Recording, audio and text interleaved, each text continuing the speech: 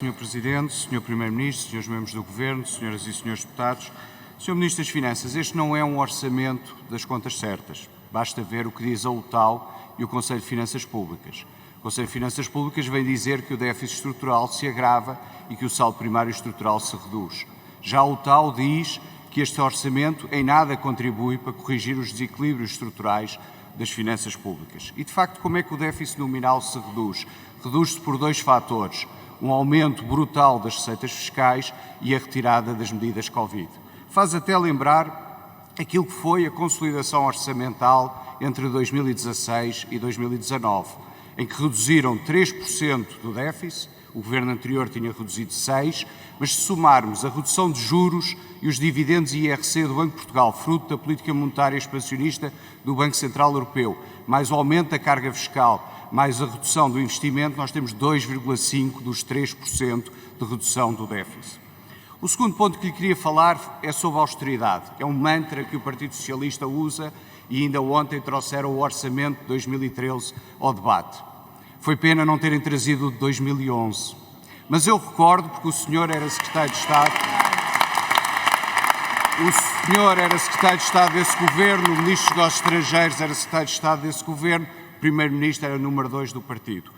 Nesse período, entre maio de 2010 e maio de 2011, foi o PEC 2, com o aumento das 3 taxas de IVA, o aumento do IRS e a redução muito forte do abono de família. Em outubro, era governo do Partido Socialista.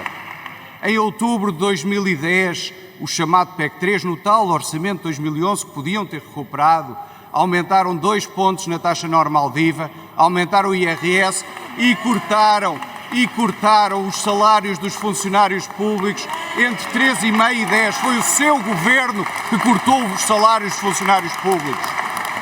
E depois, em março de 2011, no famoso PEC 4, que seguiu o memorando de entendimento, queriam cortar pensões. Sim, o governo que teve no seu programa e assinou um acordo, memorando de entendimento, página 3, 1.11.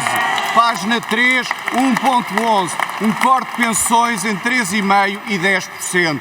O aumento do IRS e um aumento de 400 milhões de euros nas contribuições dos funcionários públicos para a ADSE. E, portanto, foi num ano, ó Sr. Deputado, num ano aplicaram 10 mil milhões de austeridade. Qual foi o resultado final? Trouxeram a Troika. O PSD mandou a Troika embora. O pai da austeridade, por isso é que os senhores falam tanto da austeridade, o pai da austeridade é o Partido Socialista. Mas sobre terceiro ponto que lhe queria falar é sobre crescimento económico. E não, os economistas, quando olham estruturalmente para uma economia, e está ali o líder parlamentar do PS, que é doutorado em gestão, sabe isso, os economistas, quando olham estruturalmente para uma economia, olham para as séries longas.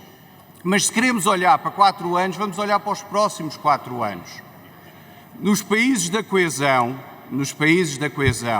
aqueles com os quais Portugal se compara, aqueles que estão no nível de desenvolvimento de Portugal, aqueles com os quais Portugal compete na venda de bens e serviços e na atração de investimento, aqueles que há 20 anos eram todos mais pobres do que Portugal e em 2026 serão 8 mais ricos do que Portugal, dos quais 6 ultrapassaram-nos nos vossos governos, nos países da coesão, Portugal nos próximos 4 anos é o segundo que menos cresce nesses países.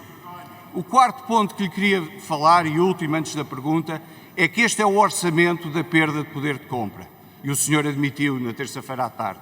Porque o governo dá um pouquinho com uma mão, mas tira muito entre inflação, não atualização dos escalões e o facto de aumentar os funcionários públicos a 0,9%, quando já sabemos que a inflação do ano passado foi 1,3%. E por isso deixo-lhe uma pergunta. Os senhores dizem que a inflação é transitória. Muito bem, vamos aceitar esse facto.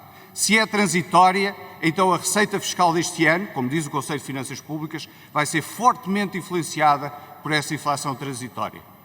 Se no final do ano a receita fiscal e apenas a fiscal, não a contributiva, a receita fiscal, ficar acima daquilo que está previsto no orçamento em contas nacionais, que são 59,8 mil milhões de euros, o que é que o senhor fará a essa receita que cobrará mais aos portugueses? O que é que fará a essa receita que a inflação cobrará e tirará aos portugueses?